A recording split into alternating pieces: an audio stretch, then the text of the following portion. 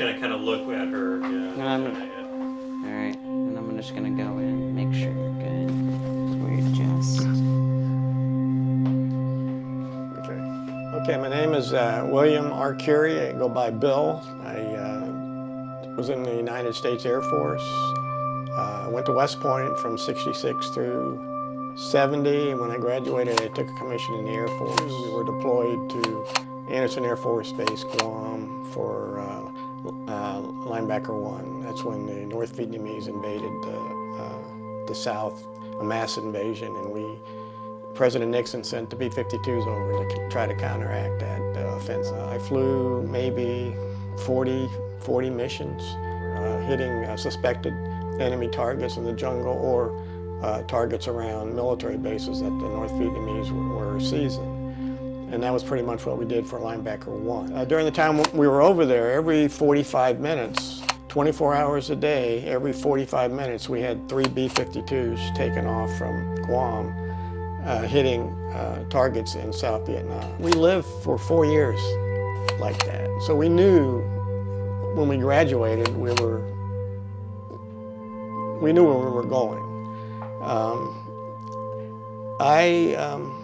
And then when it got to the point where classmates that you knew, or upperclassmen that you knew, the class of 68 or 69, they graduated, they went to their school, they went to Vietnam, and they came back in a coffin. And that hit home, so it was very demoralizing. Why did you still do it? Most people wouldn't do it.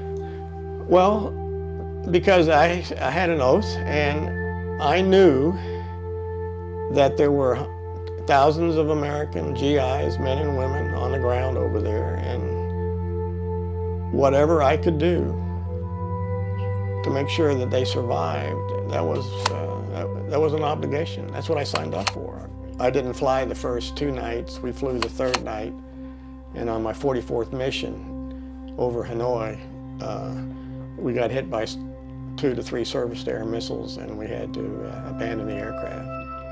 2 hit us directly, and 1 blew up right above us. We flew the plane for about 10 minutes until we lost control, and we ejected. We got hit about 36,000 feet. We bailed out about 30,000 feet. I was badly injured getting out of the airplane because we were going too fast. They call it flailing. You come out of a 0-0 environment and you hit winds of 450 knots, and it just rips your arms. Because the only thing holding you in your seat is a belt. And it holds you there for like 2 seconds so you can clear the aircraft. I immediately deployed my chute at high altitude. We started drawing fire from the villagers, the militia. And I knew that it was going to be a rough landing because my legs were badly injured. Well, I hit the top of a bamboo patch, which was about 30 feet in the air, and I expected to hit the ground, and I didn't hit the ground. I just kept coming, and I said, so this isn't right. And the next thing I know, I slammed it into the ground, dislocated my right leg, hyperextended my left leg. My left leg took the brunt of the impact because my knee just buckled. And then I was just lying on the ground, entangled in the bamboo. And I did 2 things. I had a piece of bamboo that went up in my helmet and kind of wrapped around my skull. And so I took my helmet off because that hurt. And took my radio out, broadcasted the last broadcast, Quote 3 Bravo. That was my position on the airplane. It's on the ground. And I had a .38 caliber that I carried with me. I took that out because I knew it was useless to me. Took the bullets out, trashed the bullets, and used the gun to smash my radio so they couldn't use my radio. And then about that time, I was about 20, 30 civilians were on me. And one actually picked up my gun and pointed it at me and pulled the trigger 6 times. I really didn't think about my situation until I was badly injured, lying on the ground, knowing that they're coming to get me. And that's when the fear first really started my adrenaline started to go up. I got shot down about 9 o'clock the night of the 20th. And I was in the prison maybe the morning of the 21st. Put me in a solitude cell. I was there for about a week. I was interrogated for about 3 or 4 days. I went in at about 165 pounds. And even those 55 days, I came out at 110.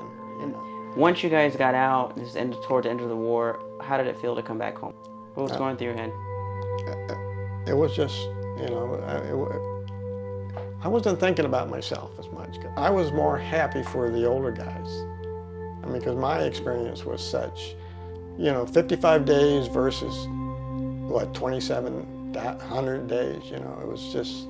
That speaks volumes for your character, because throughout your whole story you've been telling me, you constantly have not referenced yourself in almost any situation, no matter if you're about to die or you're crashing out of a plane. You're always worried about your comrades and other people. Can you kind of elaborate on where that came from? I think it was part of the training that, that we, there's no individuals in combat, you fight as a team, But the one thing is that our country has shown that we're the only nation in the world that makes an attempt to find everyone who's missing. We're still looking for people in World War II. We find them, Korea, Vietnam. So they need to know that this country will never stop looking for them. And we just appreciate the service. They're our comrades, our buddies, and they will never be forgotten. Yeah, we got it. We got it.